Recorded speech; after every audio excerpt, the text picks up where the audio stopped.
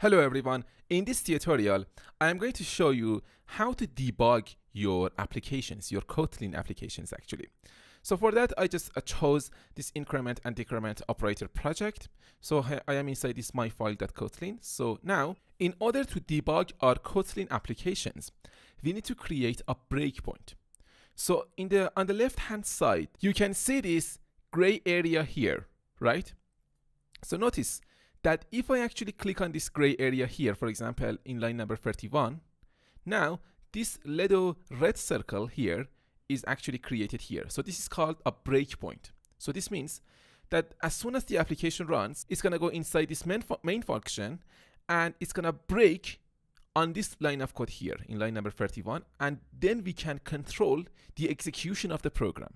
That's the only use of this breakpoint here. So let's run the application now. So first of all, just click on run on the top menu here, click on run, and here choose debug. Instead of run, choose debug. Now choose this file. So now our application is ready to be debugged, right? Take a look at this console area. This is actually the debugger area, right? If I click on this console tab, here you can see the console, and if I click on this debugger tab, now we can see this debugger view here, right? So here it says variables. So now let's execute this line of code here. I told you we put this breakpoint here in order to control the flow of the program, okay? So now I can actually control how this program is going to be executed. Now I can say, now I want to execute this line of code here, this specific line of code. So in order to do that, we have some options here.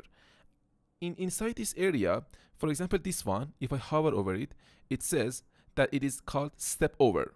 So what is step over? Step over is used in order to execute that specific line of code in its entirety, right? So if I click on it, this line of code in number 31 is actually executed. And if I hover over this second number variable here, we can see that it says the value of the second number variable is now 10. Why? Because we executed this line of code here. And inside this variables area, take a look at this value here. It says second number is equal to number 10, right? Because we assigned this value to this variable and we executed this line of code. Now it's time to actually execute this line of code, line number 33. Third number, second number plus plus, right? So here we have this step over. The second option here is step into. I'll talk more about step into later. The step into is used for actually methods. That is going to, for example, we are going to execute a method, and when you use step into, it's going to go inside that method and execute the lines of code inside that method. So I'll talk more about this one later. We have also this one. This one is actually fourth step into, and here we have step out. So I'll talk more about these other options later. You don't have to worry about these ones. But for now, we just want to work with this one, step over, which is going to execute that specific line of code in its entirety. So now if I click on step over, this line of code is also executed.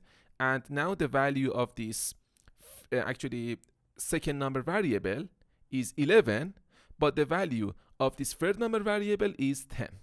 Right? You can see that here. So now in line number 35, it's gonna actually execute this line of code, print length, print third number. Let's click on step over so that now this value, the value of the third number, is outputted to the console. How I know that? If I actually click on console tab, now we can see that the number 10 is outputted to the console. Let's go back to debugger tab, and now it's gonna execute this line of code, print length second number. You can see that the value of the second number is now 11, right? If I execute this line of code by just clicking on this step over, now the value of the second number is also outputted to the console, 11.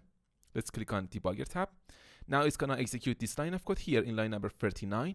If I click on this step over, now it's gonna execute this one. So click on it. Now you can see that the value of the second number is 12, right?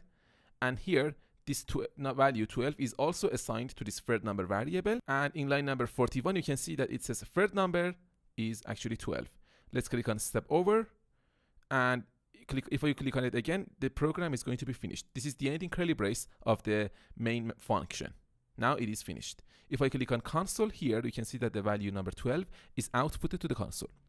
I'll talk more about debugging your applications later in this course, but here in this tutorial, I just wanted to introduce you to debugging your applications, to the basics of debugging in Kotlin. Thank you very much for watching. If you have any questions, please post the discussion in the course, and then I'll do my best to answer all of your questions. I'll see you in the next tutorial.